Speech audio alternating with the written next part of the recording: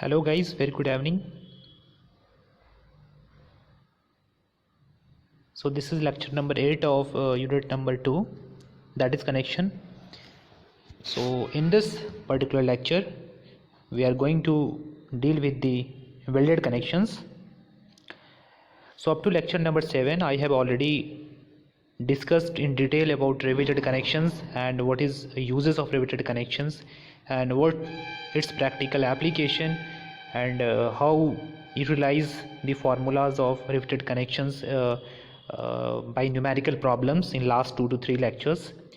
So let's start the welded connections. Okay, जैसे कि आप स्क्रीन बोर्ड पे देख पा रहे हैं, यहाँ पे अभी हम वेल्डेड कनेक्शंस के बारे में स्टडी कर रहे हैं. सो वेल्डेड कनेक्शंस होता क्या है और वेल्डेड कनेक्शन की ज़रूरत क्यों पड़ी in the comparison of riveted और बोल्टेड कनेक्शंस. ओके, सो वेल्डेड कनेक्शंस की अगर हम बात कर लेते हैं तो वेल्डिंग क्या एक प्रोसेस है दो मेटल के ज्वाइन करने का, same as riveting and boltings. Riveting में और बोल्टिंग्स में भी हम यही काम करते थे, दो मेटल को क्या करते थे, ज्वाइन करते थे. लेकिन उसके लिए क्या करना पड़ता था कि हमें दो मेटल को कनेक्ट करने के लिए उसमें होल करना पड़ता है. चाहे आप रिवेटिंग की बात कर ले चाहे आप बोल्टिंग की बात कर ले, दोनों के केसेस में हमें मेटल्स में होल करना पड़ेगा, तब जा कर के हम दो मेंबर को कनेक्ट कर सकते हैं. बट इन दी वेल्डिंग्स यहाँ पे क्या करना है, आपको होल करने की कोई ज़रूरत नहीं है. जैसे कि आप यहाँ पे देख पा रहे हैं, इस दो मेटल को ज्वाइन किया जा रहा है. इसके लिए क्या किया जा रहा है, यहाँ पे स्ट्रॉन्ग मेटलर्जिकल बॉन्ड बनाया जा रहा है. यहाँ पे इलेक्ट्रोड के थ्रू यहाँ पे स्ट्रॉन्ग मेटलर्जिकल बॉन्ड बना करके इस दो मेटल को क्या किया जा रहा है, कनेक्ट किया जा रहा है. सो welding is the process of joining two pieces of metal by creating a strong metallurgical bond. Okay, but in the riveting or bolting we connect the two metal pieces by connecting rivet through the holes. Okay, so ये major इसके differences हैं weldings के. सो अगर हम welding की बात कर ले तो welding is the process of joining two pieces of metal by creating a strong metallurgical bond between them by heating or pressure or both. It is distinguished from other forms of mechanical connections such as riveting or bolting, which are found by friction or mechanical interlocking. Okay, अगर हम बात कर लेते हैं riveting और बोल्टिंग्स की, तो वहाँ पे जो भी कनेक्शंस होता है वो फ्रिक्शन और मैकेनिकल इंटरलॉकिंग के कारण होता है, जबकि हम वेल्डिंग में जो भी हमारा जो ज्वाइनिंग्स होता है वो मेटलर्जिकल बॉन्ड्स के कारण होता है. ठीक है, मेनली ये आपके डिफरेंसेस है बोल्टिंग और वेल्डिंग और रिवेटिंग्स में, जैसे कि मैंने अभी आपको बताया. सो कुछ और इम्पॉर्टेंट चीज़ें हैं वेल्डिंग से related. For steel structure metal और electric welding are generally used. Steel structures के लिए हम लोग मेटल और इलेक्ट्रिक वेल्डिंग का यूज़ करते हैं. In all modern welding processes the arc is shielded flux coated for the following reasons. जो भी मॉडर्न से वेल्डिंग है उसमें जो आर्क होते हैं उसको शील्डेड किया जाता है, यानी फ्लक्स कोटिंग किया जाता है. आप देखते होंगे जब भी हम दो मेटल्स को कनेक्ट करते हैं तो वहाँ पे एक फ्लक्स का कोटिंग होता है ऊपर से. क्यों किया जाता है? To protect the molten or liquid metal from air either with gas vapors. मतलब जो भी हमारा मोल्टेन मेटल्स है उसको हम प्रोटेक्ट कर पाए एयर से और गैस वेपर से, इसलिए हम लोग क्या करते हैं, सील्ड करते हैं उसको. ठीक है, to control the melting of electrode for more effective use of energy to add alloying elements. जो भी हमारा इलेक्ट्रोड है, ठीक है, उसको क्या करते हैं, उसको मेल्टिंग से कंट्रोल करने के लिए हम लोग क्या करते हैं, हम लोग आर्क को सील्ड करते हैं, यानी फ्लक्स कोटेड करते हैं. सो ये सारी चीज़ें, क्योंकि वेल्डिंग जो भी अभी कर रहे हैं इलेक्ट्रिक वेल्डिंग ज़्यादा प्रेफर्ड किया जाता है, उसमें भी आर्क शील्डेड वेल्डिंग होता है, इसमें फ्लक्स कोटेड होता है. ठीक है, तो ये वेल्डिंग्स हैं. ठीक है, बट उतना आपको डिटेल में समझना नहीं है वेल्डिंग्स के बारे में कि वेल्डिंग के क्या क्या प्रोसेजेस हैं.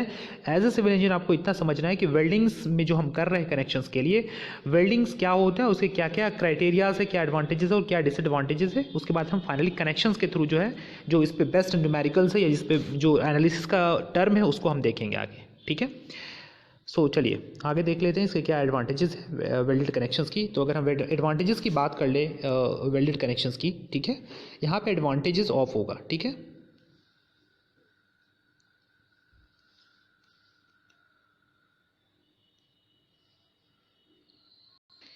यहाँ पे एडवांटेज ऑफ वेल्डेड कनेक्शन होगा. ठीक है, ऑफ होगा वहाँ सही कर लीजिएगा. ठीक है, सो देखिए welding offers many advantages over bolting and rivetings. Welding enables direct transfer of stress between member, eliminating gusset and splice plates necessary for bolted structures. देखिए सबसे पहला एडवांटेज है इसका कि जो वेल्डिंग से होता है वो गसेट प्लेट को जो कनेक्शंस को एलिमिनेट कर देता है, क्योंकि जो भी हमारा रिवेटिंग है या बोल्टिंग्स है उसमें मान लो कि बहुत सारे मेंबर्स आ रहे हैं ऐसे, इधर से भी मेंबर्स आ रहे हैं, इसको कनेक्ट करने के लिए हम लोग गसेट प्लेट का यूज़ करते हैं। हमने बताया था ना कि गसेट प्लेट क्या होता है, बहुत सारे मेंबर्स को कनेक्ट करने के लिए इस टाइप से गसेट प्लेट का यूज़ करते हैं, ठीक है। जबकि हमारा जो वेल्डेड कनेक्शंस है इसमें गसेट प्लेट की कोई ज़रूरत नहीं होती है। तो जाहिर सी बात है कि अगर हम गसेट प्लेट का यूज़ नहीं करेंगे तो जो हमारा वेट है जॉइंट्स का क्या हो जाएगा, वो मिनिमम हो जाएगा। जाहिर सी बात है, क्योंकि आप रिवेटिंग में और बोल्टिंग्स में आप इसका यूज़ कर रहे हैं तो इसका वेट तो बढ़ जाएगा ना जॉइंट्स के पास में। जबकि आप वेल्डिंग कर रहे हैं तो आप गसेट प्लेट का यूज़ कर रहे हैं नहीं रहे हैं, ये वाला प्लेट जो है ऑलरेडी एलिमिनेट हो गया, इसलिए जॉइंट का वेट क्या हो जाता है, मिनिमम हो जाता है। सो यही यहाँ लिखा हुआ है, hence the weight of the joint is minimum. In the case of tension members the absence of hole improve the strength and efficiency of the sections. मतलब देखो जब भी हम वेल्डिंग करते हैं तो आप देखते ही होगे वेल्डिंग्स में क्या होता है, होल करने की कोई ज़रूरत नहीं है। हम क्या करते हैं, बस सिंपली दो मेटल्स को ला करके पास में और उसको फ्लक्स कोटिंग का यूज़ करके, इलेक्ट्रिक वेल्डिंग का यूज़ करके दोनों मेटल को ज्वाइन करते हैं, ठीक है। तो यहाँ पे क्या होता है, जाहिर सी बात है जब होल नहीं होगा मेंबर्स में तो क्या होगा, उसका स्ट्रेंथ ज़्यादा होगा, उसकी एफिशिएंसी ज़्यादा होगा, ठीक है। Next, it involves less fabrication cost compared to other method due to handling of fewer parts and elimination of operation like drilling, punching, etc. and consequently less labor leading to economy. Next जो important advantage है इसका कि इसमें फैब्रिकेशंस जो होता है less fabrication की ज़रूरत पड़ती है in the comparison of riveting और बोल्टिंग कनेक्शंस।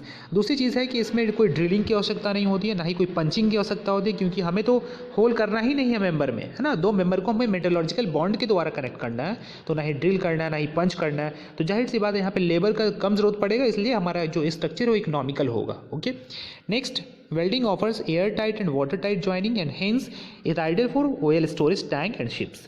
देखिए वेल्डिंग्स क्या होता है, water tight and air tight structure को प्रोवाइड करता है।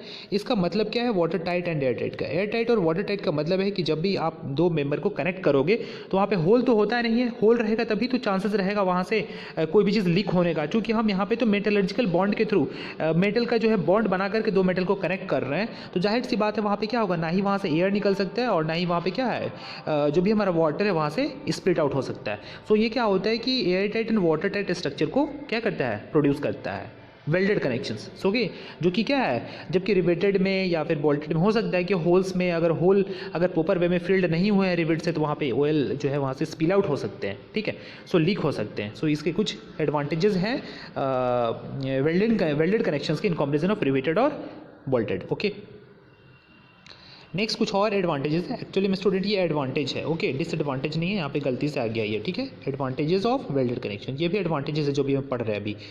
So welded structures are more rigid compared to structure with riveted and bolted connections। जाहिर सी बात है कि जो हमारा स्ट्रक्चर है वेल्डेड कनेक्शंस वो ज़्यादा रिजिड होगा in comparison to bolted or riveted connections. इसके एडवांटेजेस है, a truly continuous structures is formed by the process of fusing the members together, ठीक है। कंटिन्यूअस स्ट्रक्चर्स का फॉर्मेशन होता है दो मेटल्स को हम लोग कनेक्ट करने के लिए, ठीक है। Generally welded joints are strong or stronger than the base metal, ठीक है, thereby placing no restriction on the joints।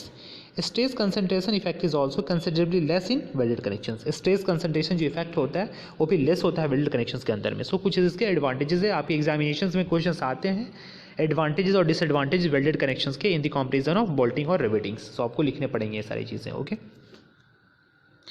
Next इसके कुछ डिसएडवांटेज उसके बारे में आपको बताना चाहता हूँ। ये डिसएडवांटेज है, ओके, ये क्या है, डिसएडवांटेज है।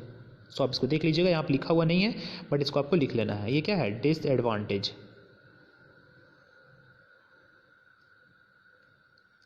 It requires skilled manpower for welding as well as inspection. यहाँ पे स्किल्ड मैन पावर की ज़रूरत होती है वेल्डिंग के लिए और एज वेल एज इंस्पेक्शंस के लिए, क्योंकि यहाँ पे वेल्डिंग कनेक्शन है और रिवेटेड जो कि रिवेटेड और वेल्डेड से रिवेटेड और बोल्टिंग से ज़्यादा यहाँ पे इंस्पेक्शन की ज़रूरत होती है और यहाँ पे स्किल्ड मैन पावर की ज़रूरत होती है, okay. Also non destructive evaluation में have to be carried out to detect defect in welds, ठीक है। यहाँ पे नॉन डिस्ट्रक्टिव टेस्टिंग की ज़रूरत होती है, कोई भी जो भी डिफेक्ट्स हो रहा है वेल्ड में उसको जानने के लिए, like internal air pockets and incomplete penetrations, crack porosity. ये क्या डिफेक्ट्स है, इसको जानने के लिए हमें नॉन डिस्ट्रक्टिव टेस्टिंग करने की ज़रूरत होती है, जो कि वेल्डिंग्स के डिसएडवांटेज के अंदर में आते हैं, ठीक है। Next, welding in the fields may be difficult due to the location or environment. Welding जो होता है फील्ड में क्या होता है, डिफ़िकल्ट्स होता है ड्यू टू द लोकेशन और इन्वायरमेंट्स, वहाँ के इन्वायरमेंट किस टाइप का है, वहाँ का वेदर कंडीशन किस टाइप का है, उस पर थोड़ा सा डिफ़िकल्ट हो जाता है। जबकि रिवेटिंग और बोल्टिंग्स में क्या है कि रिवेट हमारा पहले से होते हैं हमारे पास, और उसको सिर्फ होल्ड करके वहाँ पे कनेक्ट करना पड़ता है। जबकि वेल्डिंग्स में क्या है कि सारे प्रोसेस फील्ड में करने पड़ते हैं। Okay, next, welded joints are highly prone to cracking under fatigue loadings, है ना। मतलब फटीग लोडिंग जो होते हैं उसके कारण जो होते हैं हाईली क्या होते हैं, क्रैकिंग्स होते हैं under fatigue loading. Next, welded joints are more brittles and their fatigue strength is less. Welded जो जॉइंट्स होते हैं उसकी ब्रिटलनेस जो होती है वो ज़्यादा होती है, ठीक है, इसलिए इसका जो स्ट्रेंथ होता है वो कम होता है। Large residual stresses and distortion are developed. यहाँ पे जो स्ट्रेसेस होता है वो ज़्यादा डेवलप होता है, एंड जो डिस्टॉर्शंस होता है वो भी ज़्यादा डेवलप्ड होता है वेल्डेड कनेक्शंस के अंदर में। सो इसके कुछ डिसएडवांटेजेस थे, जैसे कि आप लोगों ने देखा कि वेल्डिंग्स क्या है, और वेल्डिंग्स के बारे में आप लोगों ने जाना, और वेल्डिंग के एडवांटेजेस क्या है और उसके डिसएडवांटेज क्या है इसके बारे में जाना। आई होप कि आपकी ये दोनों जो टॉपिक्स है आपको समझ में आ गए होंगे। ये बेसिक्स था वेल्डिंग का। आई होप कि आपने इसमें बहुत कुछ सीखा होगा इस लेक्चर से। So this is in part of my video lecture. So thank you everyone for watching this session. So stay tuned, God bless you all.